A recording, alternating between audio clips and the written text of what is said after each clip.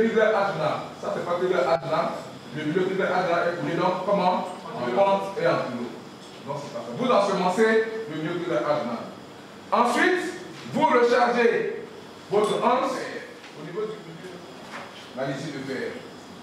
Après avoir ensemencé la lésine de fer, l'esprit sur la pente.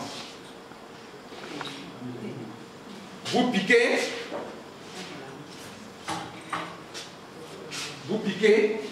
Et en ressortant, vous faites des stries sur la pente. Et puis on a tout ensemencé. Cuivre argenat. Pour la lésine de fer, c'est un milieu en culot et en pente. Je pique pour ensemencer le culot. Et en ressortant, je fais donc des stries sur la pente. Hier, nous avons vu les différentes techniques, les différentes façons d'ensemencer. Nous avons donc, hier, ce que nous avons utilisé, c'était les ensemencements par épuisement. Et c'est pas par épuisement, c'est ensemencement en piqûre et en strie. Ça va être aussi en épuisement. Donc, pour ensemencer les tubes, vous piquez. Pour ensemencer le culot. Et en ressortant, nous avons donc fait la destruction des colonies. Il y a des colonies qui sont donc entrelacées. Il y a des colonies qui sont donc isolées. Nous devons donc travailler avec donc les colonies isolées. Pour travailler avec les colonies isolées, il faudrait que nous disposions des éléments qui vont nous permettre de faire comme des ensemencements dans la stérilité. C'est le bec benzène, le feu. Donc nous allons le trouver autour du feu. Et puis, d'abord, le premier des milieux à ensemencer, c'est le milieu mûri. Il y a le milieu coulé en pente et en culot. Je pique dans le culot et en ressortant, je fais des stries sur la pente. Je vais charger mon anse dans le milieu mûri. Je prends le milieu lésine de fer. Je pique dans le culot et en ressortant, je fais des stries sur la pente. Si j'avais le milieu manuel mobilité, c'est un milieu qui est coulé uniquement en pente. Je cherche donc l'anse dans le milieu. Je identifie des tubes tout à l'heure. Je prélève. Et puis, je charge.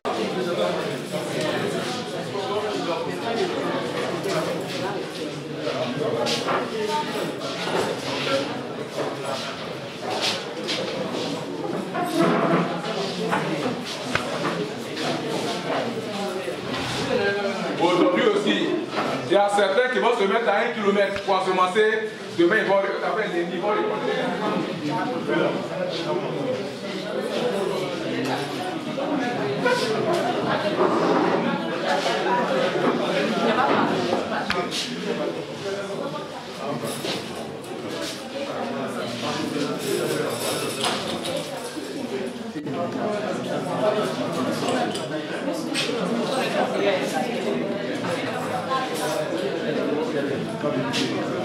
Bien.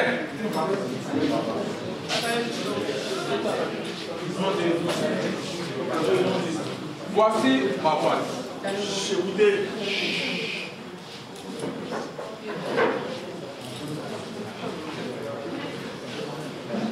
Voici ma boîte de piqûre.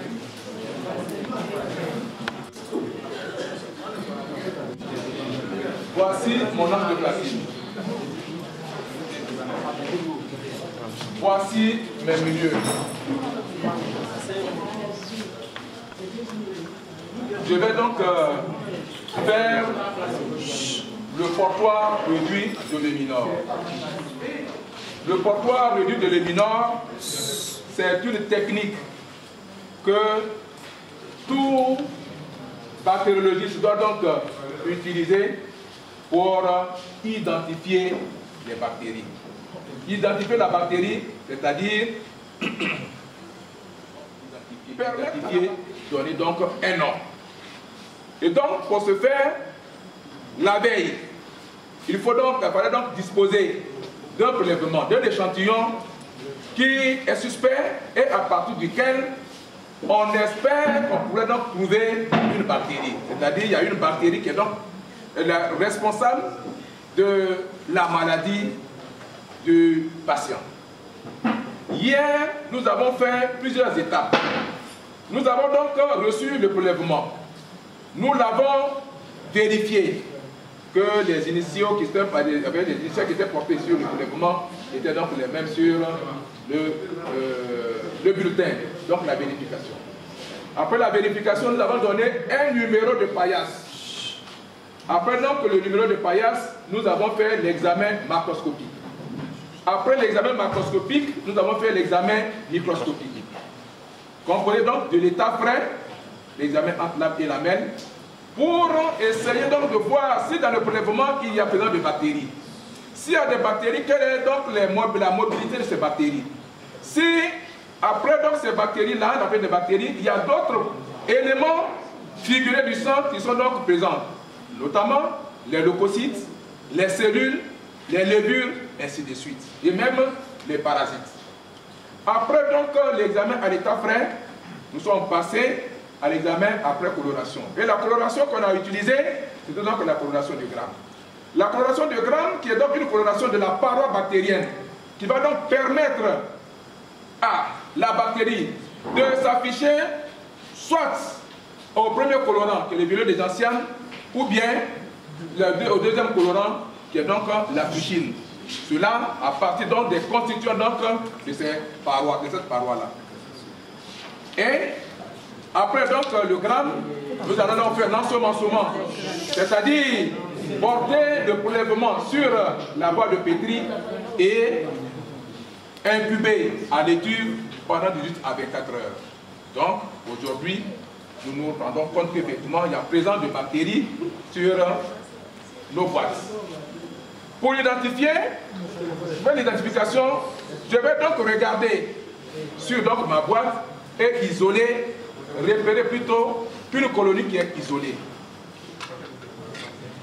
D'abord, je vais donc stériliser mon anse. Non, c'est stérile. Je vais donc repérer une colonie isolée. Si vous voyez une colonie qui est bien transparente ici,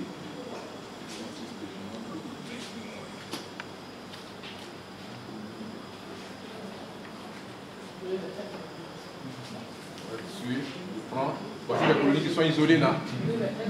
Je n'ai pas. Non, je sais. J'ai pris S, moi je n'ai pas de MB, MB.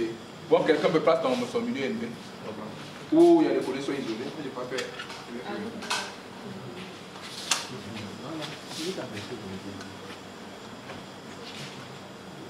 Voilà.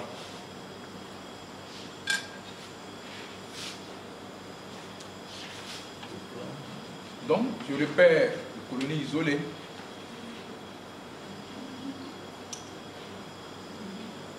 Celle-là.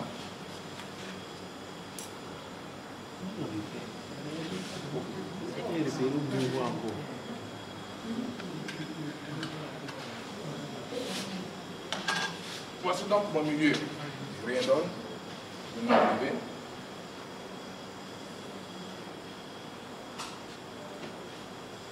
Pour essayer que je ne plonge pas directement.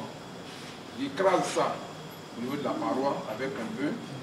Et puis, voilà, je mélange.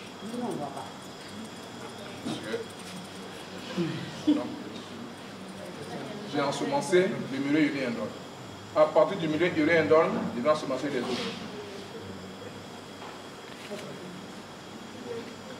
Je prends le milieu.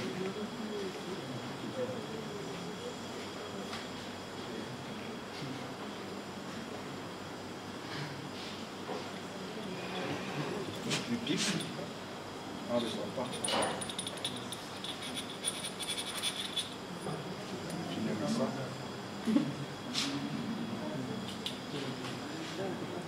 Je charge.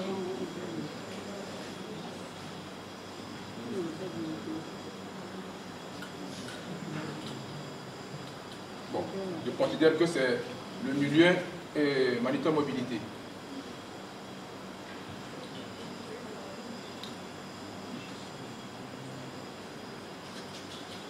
Charge.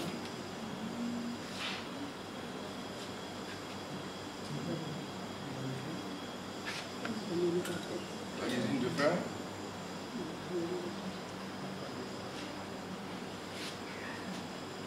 Je pique.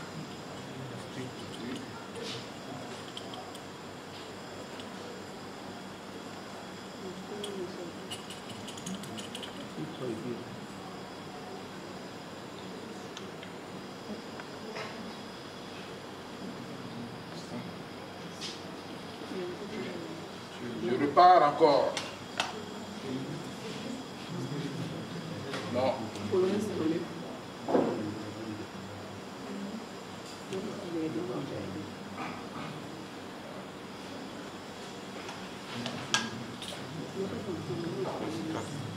Consommation de citrate.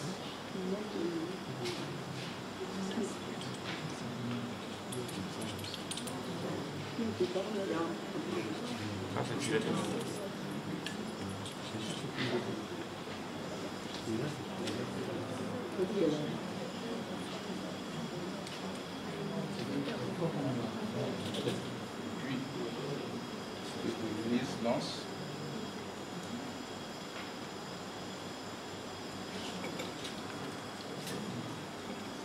Donne-moi du coton là.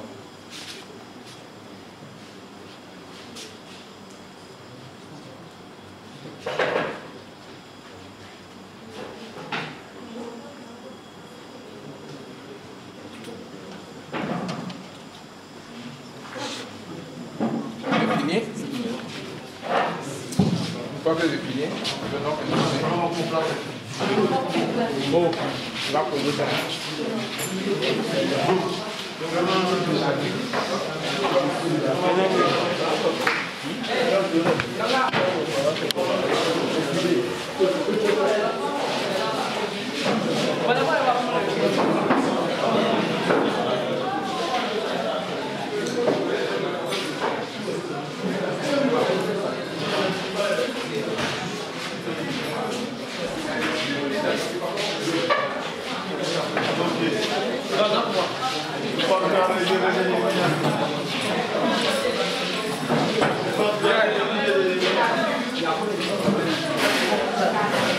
Donc,